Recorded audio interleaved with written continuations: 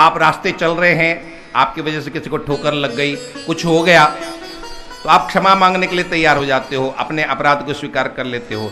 लेकिन कोई आपका अपराध करे तो आप क्षमा करने के लिए तैयार होते हो?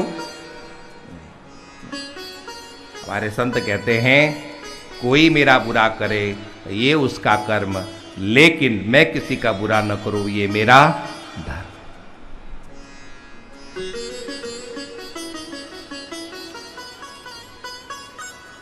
ये सज्जनता की पराकाष्ठा है। एक संत नदी में स्नान कर रहे थे तो एक बिच्छू बह करके जा रहा था,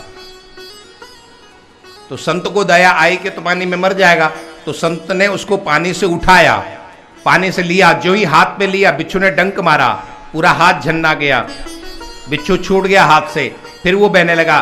फिर स्वामी जी आगे दौड़ करके गए संत, फिर उस बिच्छू को पकड़ा, फिर उसने डंक मारा, फिर छूटा, फिर तिबारा महात्मा ने पकड़ा, फिर उसे बिच्छू ने डंक मार।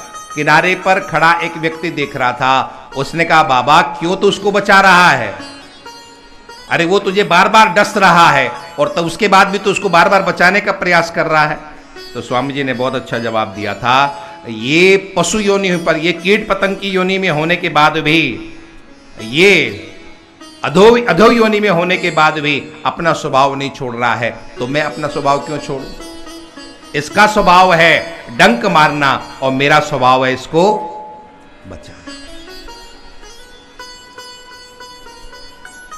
कोई मेरा बुरा करे ये उसका कर्म, लेकिन मैं किसी का बुरा न करूं ये मेरा धर्म। भलाई करते रहिए बहते हुए पानी की तरह, भलाई करते रहिए बहते हुए पानी की तरह, बुराई खुद ही किनारे लग जाएगी कचरे की तरह। कोई आपके साथ बुरा कर रहा है, आप भी बुरा करने लग जाओ तो बात गड़बड़ हो जाएगी, युद्ध शुरू हो जाएगा। वो बुरा कर रहा है और आप उसकी तरफ से अच्छा कर रहे हो, तो धीरे धीरे देखना वो बुरा करने वाला भी धीरे धीरे बदल जाएगा। एकनाथ जी की कथा है। एकनाथ जी गोदावरी स्नान करने के लिए गए, जनवरी का महीना था, माघ पूर्णिमा थी, स्नान करने के लिए गया। रास्ते में एक दुष्ट व्यक्ति का घर था। सुबह सुबह बाबा जी, अब ठंड का मौसम, सुबह सुबह एक बार स्नान करके वापस आ गए, तो उसने उनके ऊपर थूक दिया। बाबा जी दोबारा स्नान करने के लिए गए, लौट के आए, उसने दोबारा फिर उनके ऊपर गंदगी डाल दी और इस तरह से 108 बार उनके ऊपर गंदगी डाली और महात्मा 108 बार स्नान करके वापस आए।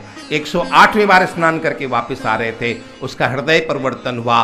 उसने सोचा कि मैंने इतनी बार इनका बुरा किया और इन्होंने एक बार भी मुझे गाली नहीं दी। चरणों में गिर पड़ा, बाबा मुझे क्षमा करना, मैंने 108 बार आपके ऊपर गंदगी डाली। एकनाथ जी ने कहा भैया इसमें क्षमा करने वाली क्या बात है, मैं तेरा आभारी हूं, मैं तो एक बार स्नान करके जा रहा था, तेरी वजह से मैंने आज पूर्णिमा के दिन 108 बार स्नान किया। कितनी बार स्नान किया? 100। मैं तो एक ही बार स्नान करके वापस जा रहा था। इसे कहते हैं साधुता।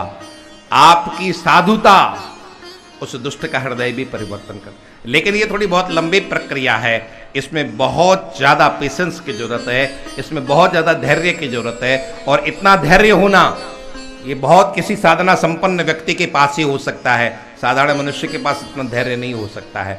यहाँ तो 1 सेकंड में ही न जाने कितनी आग लग जाती, नहीं लगती है? किसी ने बहुत अच्छा लिखा है, माचिस की तिली होती है ना, होती है? हाँ ना तो बोलो।